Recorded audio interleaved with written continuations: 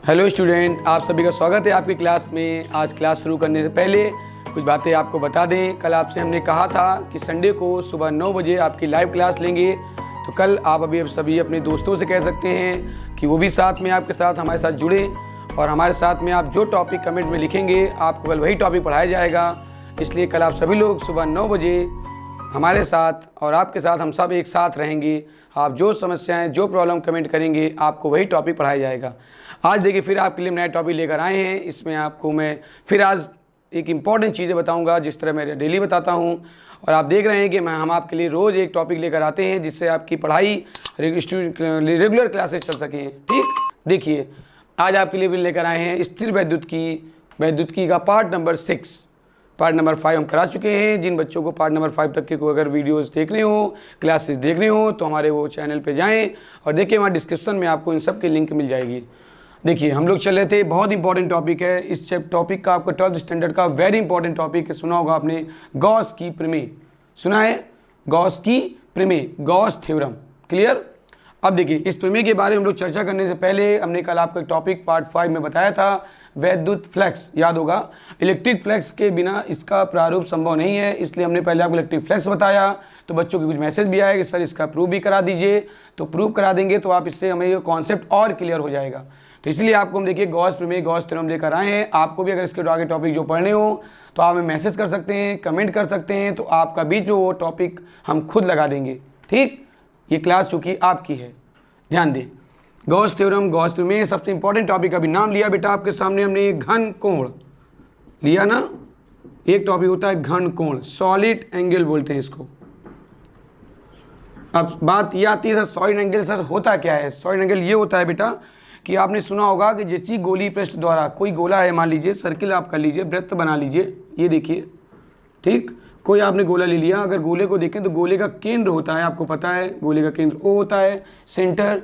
गोले के केंद्र पर गोले के पृष्ठ द्वारा क्षेत्रफल, देखिए आप ध्यान दें तो गोले का पृष्ठ एक बनाएगा केंद्र, तो आपको पता है गोले के पृष्ठ द्वारा उसके केंद्र पर जो कोण बनता है उसे बोलते हैं घन कोण। कुछ ऐसे देखिए, अगर आप देखें ध्यान दें तो आप ऐसे भी देख सकते हैं कि जैसे आप ये आपका पॉइंट बना, ये आपका केंद्र आ गया।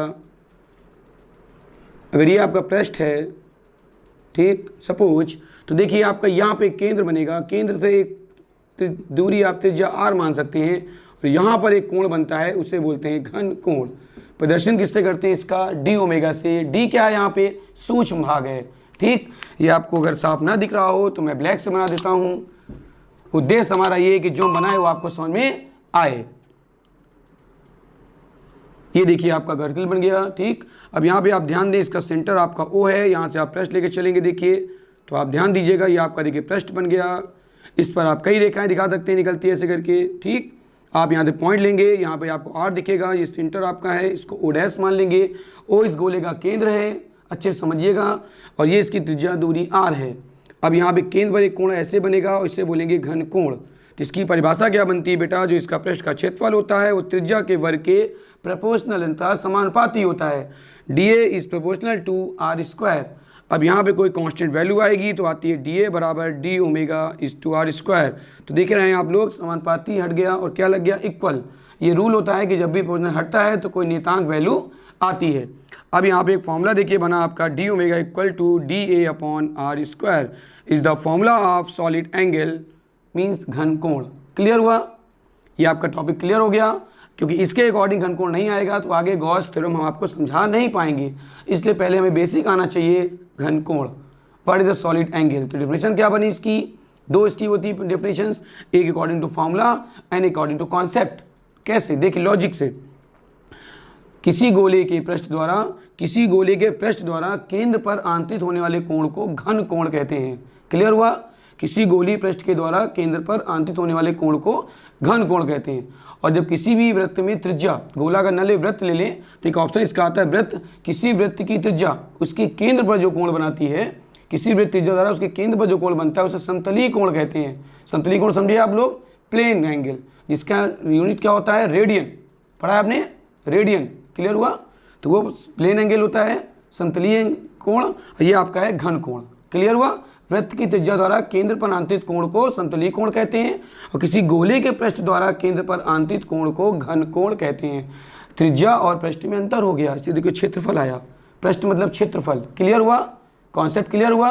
अब देखिए इसके आगे चलते हैं हम लोग गॉस थ्योरम में। इसका यूनिट भी होता है, बता दूं मैं आपको, स्टेरेडियन। ठीक है, इसका आपने ध्यान दिया होगा, इसका यूनिट होता है स्टेरेडियन। ठीक, देखिए स्टेरेडियन।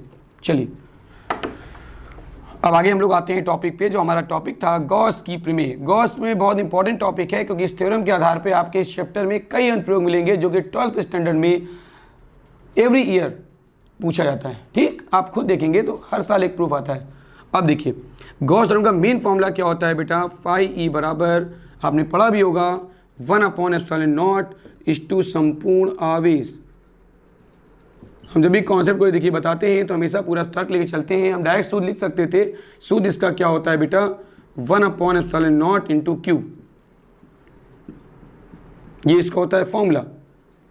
ठीक, फाई कैसे बनता है, वेरी सिंपल, पाई बनाया, ऊपर से ट्रेड चीरा, बन गया फाई कंप्लीट। ई क्या होता है, इलेक्ट्रिक फील्ड, ये संकेत है जो मैंने आपको बताया था पार्ट नंबर 5 में पढ़ा था आपने, वैद्युत फ्लक्स, तो वहाँ पे फाई ई आया था। तो ये बन गया सूत्र। हिंदी हमने पहले क्यों लिखी, क्योंकि इसकी डेफिनेशन जब तक नहीं आएगी तब तक कॉन्सेप्ट क्लियर नहीं होता कि सर इसकी डेफिनेशन कैसे याद करें। कई लोग समस्या प्रमोट करते हैं कि सर कैसे बताएं, तो आप इसलिए ध्यान दें पहले इसकी डेफिनेशन। परिभाषा क्या बनी, देखिए, वैद्युत क्षेत्र में स्थित, ध्यान दीजिएगा, वैद्युत क्षेत्र में स्थित किसी बंद पृष्ठ, किसी बंद पृष्ठ क्यों कहा गया, क्योंकि पृष्ठ जब खुला रहेगा तो वैद्युत क्षेत्र अंदर प्रवेश करके पूरी तरह से रेखाएं प्रवेश मतलब उत्पन्न नहीं कर पाता।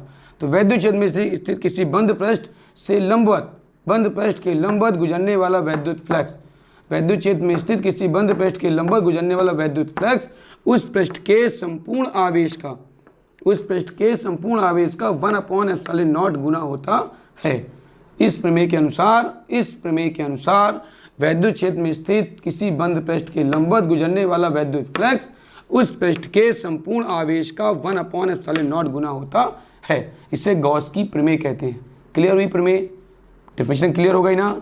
आगे चलें बेटा, ओके, क्योंकि हमारा लॉजिक ही होता है, हम आगे तभी बढ़ेंगे जब आप कह देंगे नहीं सर समझ में आ रहा है, और आप अपनी कमेंट, अपने मैसेज हमें करते रहें, तो उसी आधार पे आपको हम टॉपिक वाइज क्लास देते रहेंगे, क्योंकि क्लास मैं हमेशा कहता हूँ हमारी नहीं आपकी है। ठीक, देखिए ध्यान दीजिएगा, ये एक ऐसा पिंड है, जैसे कोई भी अनियमित आकार का आपने पिंड बना लिया, ध्यान दीजिएगा, एक दृढ़ पिंड कह सकते हैं इसको। आकृति कैसे बदलती रहती है इसकी आप जानते ही हैं। इसका एक सेंटर ले लिया हमने, ओ पॉइंट को ले लिया, यहाँ से देखिए इसका रेक्टम बनाया, ये ऐसे करके, ध्यान दीजिएगा, बिल्कुल अच्छे से समझिएगा, कूल होके। अब यहाँ देखिए लेके चलेंगे तो यहाँ देखिए एक पृष्ठ दिखाई देगा आपको, ऐसे करके ऐसे बना हुआ, और इस पृष्ठ के आप देखेंगे तो एक आपका पॉइंट ये बनेगा और एक पॉइंट आपका ये बनेगा। क्लियर, अब देखिए यहाँ पे एक पॉइंट आपका P बन गया, डिस्टेंस कितनी हो गई इसकी, देखिए R। क्लियर, फिगर समझिएगा अच्छे से, यहाँ पे Q आवेश है आपका। ठीक, अब देखिए यहाँ पे पॉइंट लेके चलेंगे N कैप में, तो आपका DA आएगा। ठीक, दिखा सकते हैं आप DA, तो ये आपका क्या रहेगा, वैद्युत क्षेत्र। तो अब यहाँ कोई कोण भी तो बनेगा बेटा, एंगल थीटा। क्लियर हुआ, तो वैद्युत क्षेत्र हो गया, ये आपका क्षेत्रफल सदिश हो गया। मैंने समझाया था आपको वैद्युत फ्लक्स की परिभाषा में, याद होगा, वैद्युत क्षेत्र हो गया, वैद्युत ये क्षेत्रफल सदिश हो गया, इनके बीच का कोण थीटा हो गया।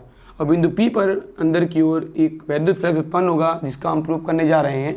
और फॉर्मूला मैंने बताया अभी आपको क्या होता है, फाई ई बराबर 1/ε0 इंटू क्यू। ठीक, ये इसका फॉर्मूला है जो हमें प्रूव करना है। कंप्लीट। अब देखिए इसका डेरिवेशन, तो लैंग्वेज वेरी सिंपल है कि माना वैद्युत क्षेत्र में एक पिंड के दृढ़ पिंड है, जिसके केंद्र O से R दूरी पर एक बिंदु कैपिटल P है। ठीक, बिंदु P पर वैद्युत क्षेत्रफल सदिश के बीच का कोण थीटा है, दिख रहा है आपको।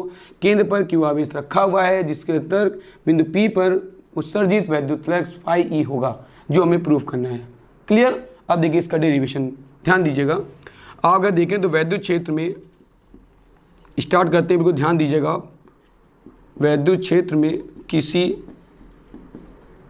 सूक्ष्म पृष्ठ क्यों कहा गया, क्योंकि हम लोग DA लेके चल रहे हैं, इसलिए से उत्सर्जित,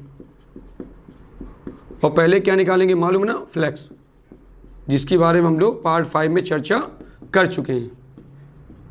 वैद्युत फ्लक्स क्या होती है वैल्यू बेटा फ्लक्स की, देखिए फाई ई बराबर, ध्यान दीजिएगा, इंटीग्रेशन ऑफ बाद में आता है, आप लेके चल रहे हैं तो डी फाई आएगा। ठीक, डी फाई बराबर क्या आएगा बेटा, E डॉट DA, अब एक साथ दादा sir E dot D A को सॉल्व कैसे करेंगे, तो मैंने आपको पहले वीडियो में बता चुका हूँ कि वेक्टर में हम लोग चलते हैं तो वेक्टर में एक आता है फॉर्मूला ए डॉट बी का फॉर्मूला आपने पढ़ा था A B cos theta is the, कौन है ये, आपको पता है कौन है ये स्केलर प्रोडक्ट है, आपको मिला होगा रास्ते में, ढूंढिएगा आपको मिलेगा, घर के बाहर रहता है स्केलर प्रोडक्ट, ठीक, अदिश गुणन। तो ए डॉट बी आया तो ए डॉट बी क्या बना, ए बी कॉस थीटा बना। तो फॉर्मूला क्या है देखिए इसका, E D A cos theta आया, कॉस थीटा। आप बोले सर इसके वेक्टर ऊपर कहाँ चले गए, तो मैंने कल समझाया था कि ये आपके सदिश होते हैं और ये आपके परिमाण हैं, जिस तरह वेक्टर हट जाता तो परिमाण बन जाता है। अब देखिए यहाँ पे आया डी फाई ई बराबर, आपने सॉल्व किया, आपकी वैल्यू आई यहाँ पे। अब आप सोचेंगे सर ई का मान क्या रखें, तो आपको ई का सूत्र पता है, वैद्युत क्षेत्र की तीव्रता, ई का फॉर्मूला होता है 1/4 पाई एप्सिलॉन नॉट की क्यू अपॉन आर स्क्वायर। अब यहाँ पे ये फॉर्मूला पुट करेंगे तो आपका आएगा 1/4 pi epsilon naught Q upon R square into D A cos theta, बना फॉर्मूला। अब इससे आगे हम और आगे सिंप्लीफाई करें तो क्या आएगा, देखिए ध्यान दीजिएगा, Q upon 4 pi epsilon naught और यहाँ पे ब्रैकेट में बचेगी आपकी value D A cos theta upon R square. अब मन में आपके आ रहा होगा सर ये वैल्यू कहाँ से आ गई, इसको क्या करेंगे, वेरी सिंपल, मैंने आपको भी बताया था एक तो जैसा घन कोण की बताई थी, काम आएगी। तो पृष्ठ के लिए घन कोण, ध्यान दीजिएगा, पृष्ठ के लिए घन कोण D A cos theta upon R square का फॉर्मूला होता है D omega, clear, D omega. अब यहाँ पे मान रख देंगे तो वैल्यू आपकी आएगी Q upon 4 pi epsilon naught into D omega is the D phi value. Equation number आप इसको फर्स्ट मान सकते हैं। अब यहाँ तक आपका समझ में आया, अगर यहाँ तक कोई प्रॉब्लम हो तो आप मुझे कमेंट करिएगा, मैं आपको इसके बारे में फिर बता दूंगा मैसेज के थ्रू, और आपको यहाँ तक लेना स्क्रीनशॉट तो आप ले सकते हैं। देखिए इतना होने के बाद अब इसके बाद स्टेप चलेंगे आगे, तो आप ध्यान दीजिएगा, आपको लेना पूरे पृष्ठ के लिए, फिगर आपका बन चुका है। देखिए आपको पूरे पृष्ठ की जगह लेके चलना है यहाँ से। इसके बाद ध्यान दीजिएगा तो यहाँ आप लिखेंगे अतः संपूर्ण पृष्ठ के लिए। अभी हम चले थे किसके लिए बेटा, सूक्ष्म पृष्ठ के लिए, ध्यान दीजिएगा स्टेप, संपूर्ण पृष्ठ के लिए। देखिए डेरिवेशन करने में थोड़ा समय लगता ही है, आप समझते हैं। सूक्ष्म संपूर्ण पृष्ठ के लिए, ठीक, वैद्युत फ्लक्स, उसके लिए उत्सर्जित, पूरा लिख सकते हैं आप, उत्सर्जित वैद्युत फ्लक्स। तो क्या आएगा देखिए, फाई ई हो जाएगा, तो यहाँ पे क्या आएगा डायरेक्ट डी फाई ई बना, दिस इज ई भी आप लिख सकते हैं, इसको कर सकते हैं, कोई दिक्कत नहीं, अगर फाई ई भी करें तो भी चल जाएगा, क्योंकि ई क्या है यहाँ पे, इलेक्ट्रिक फील्ड, वैद्युत क्षेत्र। तो यहाँ पे वैल्यू रखें तो क्या आएगा देखिए, Q upon 4 pi epsilon naught into क्या आया बेटा, डी ओमेगा। अब देखिए ये पूरा क्या है, कांस्टेंट, ये पूरा क्या है, कांस्टेंट, इसको बाहर निकाल लीजिए तो फाई बराबर क्या आया, Q upon 4 pi epsilon not integration of D omega. अब आपके मन में बात आ रही होगी सर कि डी ओमेगा का मान कैसे निकालेंगे, वेरी सिंपल, आपको पता है किसी गोली पृष्ठ के लिए, ध्यान दीजिएगा, किसी गोली पृष्ठ के लिए इसका फॉर्मूला होता है डी ओमेगा बराबर होता है बेटा D A R square equal to 4 pi R square upon R square, cancel, तो वैल्यू कितनी आ गई बेटा 4 पाई। तो यहाँ से वैल्यू क्या है हमारी, डी ओमेगा की वैल्यू कितनी आ गई 4 पाई, और इज द वैल्यू ऑफ घन कोण, ठीक। अब यहाँ पे रख दीजिए, देखिए आपका आ गया फाई ई बराबर Q upon 4 pi epsilon naught into 4 पाई, ठीक, 4 पाई से 4 पाई क्या हुआ, कैंसिल हो गया, तो वैल्यू कितनी बची आपकी, प्रूफ देखिए कंप्लीट हो गया आपका, 1 अपॉन एप्सिलॉन नॉट इंटू एक तरह से क्या बचा Q, and this is the derivation of the Gauss theorem. Have any problem, clear हुआ बेटा सबको, समझ में आया सबको बेटा। तो क्या बना परिभाषा, देखिए यहाँ से फिर से वही चीज़ आ गई, वैद्युत क्षेत्र में स्थित किसी बंद पृष्ठ से उत्सर्जित वैद्युत फ्लक्स उस पृष्ठ के संपूर्ण आवेश का 1 अपॉन एप्सिलॉन नॉट गुना होता है, इसे गॉस की प्रमेय कहते हैं। और अगर इसी में कोई न्यूमेरिकल टाइप बन जाए आपका तो एक और अच्छा हो जाए, इसी में कहते हैं खाने में अगर सलाद मिल जाए तो टेस्ट बढ़ जाता है, वैसे अगर प्रूफ में अगर एक सवाल छोटा सा आ जाए तो पढ़ने का मन बढ़ जाता है। इसलिए आप मेरा पूरा वीडियो देखें तो आपको और समझ में आएगा। देखिए इतना होने के बाद अगर इसमें कोई सवाल आ जाए, मान लीजिए सपोज कि कई आवेश दिए हैं Q, 2Q, -3Q, -4Q, +9Q, कुछ ऐसे दिए हैं सपोज, और सबको करना है तो क्या लगाएंगे, डायरेक्ट फॉर्मूला आप लगाएंगे फाई ई बराबर 1 अपॉन एप्सिलॉन नॉट इंटू होता है क्या जानते हो, सिग्मा क्यू। सिग्मा क्या है, संपूर्ण आवेश, ठीक।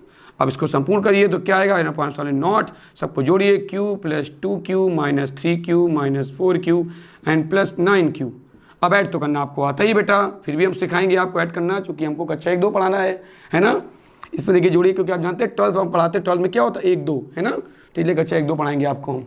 तो देखिए यहाँ से क्या आएगा, q 2q 3q हुआ, इस 3q देखो 3q कैंसिल हो गया, यहाँ बचा माइनस 4q, यहाँ पे 9q, एडजस्ट करिए बना 5q। तो आपका आंसर क्या है, देखिए यहाँ से 5e बराबर 5q upon epsilon not is the answer of this numerical. Have any problem? Clear हुआ बेटा? तो अब देखिए, अगर मैंने एक सवाल आपको इस तरह थोड़ा बता दिया 1-2 मिनट लेकर, तो आपको ये कॉन्सेप्ट और क्लियर हो गया कि संपूर्ण आवेश कैसे निकाला जाता है। ये पूरा हो गया गॉस की प्रमेय। ठीक, इसके लिए आपको मैं आगे और चीज़ें बताता रहूँगा, जब इसके न्यूमेरिकल लगवाऊंगा, इसका अनुप्रयोग करवाऊंगा। आप जैसे मुझे मैसेज करते रहेंगे, कमेंट करते रहेंगे, वैसा मैं करता रहूँगा। ओके, आपको अगर मेरी क्लास अच्छी लगी हो, आपको लगा हो कि नहीं सर आपके लिए प्रयास कर रहे हैं, कोशिश कर रहे हैं, तो आप मुझे लाइक करिए, शेयर करिए, सब्सक्राइब करिए। और एक चीज़ और कहनी थी, मैंने स्टार्टिंग में कहा था कि कल संडे को सुबह 9 बजे आपकी लाइव क्लास होगी। तो आप अपने सभी दोस्तों से कहें कि सब हमारे साथ हैं। आप सब जब हम सब साथ रहेंगे तो आप जो कमेंट करके टॉपिक देंगे, मैं उसी टॉपिक पे आपको पढ़ाऊँगा। Thank you, have a nice day.